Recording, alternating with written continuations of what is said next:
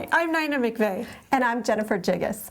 One of the things that we found with very large quilting projects is that they can be a bit of a challenge. So breaking it down into smaller, bite-sized pieces makes it a less formidable challenge.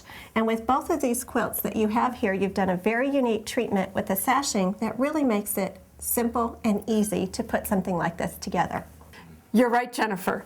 And whether you're working with squares that you've done in your embroidery unit, like this one, or squares that you've done at your machine with a particular quilting technique, it's a lot easier to work just with the square, and then put the square together. The challenge in that is, what do you do with the seams when you put those squares together? So this technique is a great way for hiding those seams and yet giving it interest with this type of lattice look. It really looks like something that was very complicated. But it's simple, very simple. Let me show you. I have my squares here that I've got my back batting and top layer that I've already quilted, and now I'm ready to put those together. So what I'm going to do is put the back sides of my quilted blocks together. So it's like putting wrong sides together. It's the back of your quilt, and seam those. I'm going to sew a 1/4 inch seam using my dual feed or my walking foot, keeping all those layers moving at the same rate.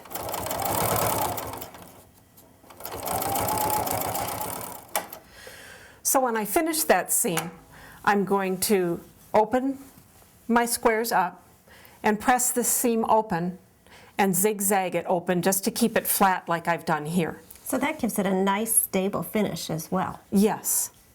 Once that's done, I'm going to take my ribbon or my bias strips that I've made and lay it over the top of that seam. I'm going to go back to the machine and stitch this down. For this technique, I want to use my number 10 edge stitching foot, which will allow me to get a perfect edge stitching along the edge of the bias strip or the ribbon, depending on what I'm using. Since I'm going to cover my seam with bias, I've used this very cool bias maker, feeding bias through it, and it automatically folds in the edges.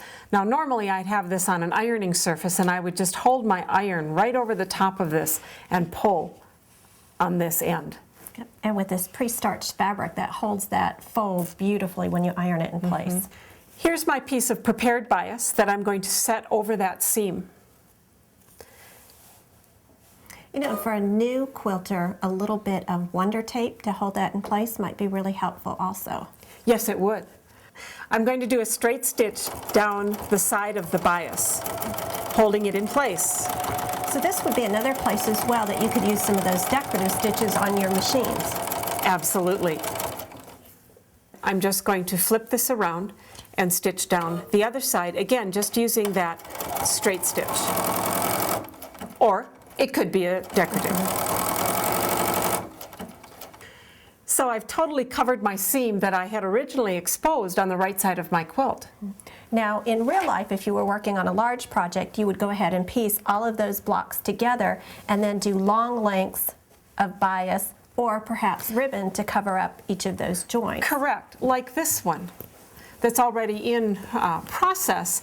I've done all my seams. You can see that they are pressed open and zigzagged down.